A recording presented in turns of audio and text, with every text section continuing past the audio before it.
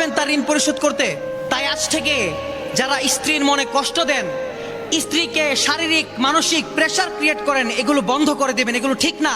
একজন ভালো মুসলমান কখনো তার স্ত্রীর সাথে খারাপ ব্যবহার করতে পারে না। শুধুমাত্র যারা দুর্বল ইমানদার আছে, যাদের অন্তরে আল্লাহর ভয় কম, তারাই স্ত্রীর সাথে খারাপ ব্যবহার করতে পারে। হ্যাঁ, আপনার স্ত্রী মানুষ হিসাবে কিছু ভুল করতেই পারে। খারাপ ভালো প্রতিটা মানুষের মধ্যে আছে, কোনো মানুষ ভুলের ঊর্ধ্বে নয়। তারপর যারা আমার দেশের শাশুড়ি মারা আছেন, আপনারা আপনাদের ছেলের বউদের প্রতি এত কঠোর হবেন না, একটু কোমল হওয়ার চেষ্টা করবেন। একটা কাজের মধ্যে যদি তার ভুল হয়, তাকে একবার বুঝান, দুইবার বুঝান, তিনবার বুঝান।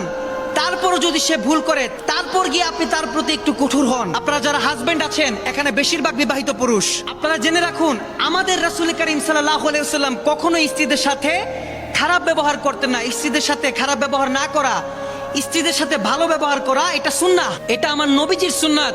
আমাদের সমাজে এমনও পুরুষ আছে যারা কথায় কথায় স্ত্রীকে হুমকি দেয়, তালাক দিয়ে দিব, এটা করব, সেটা করব। আছে না এমন মানুষ? একটা স্ত্রী তখন সবচেয়ে বেশি কষ্ট পায়, সবচেয়ে বেশি কষ্ট পায় যখন তার স্বামী তাকে তালাক দেওয়ার হুমকি দেয়।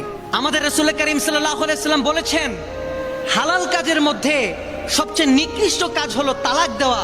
আপনি আপনার স্ত্রীকে সেই কাজের হুমকি দেন, এত নিকৃষ্ট একটা বিষয়।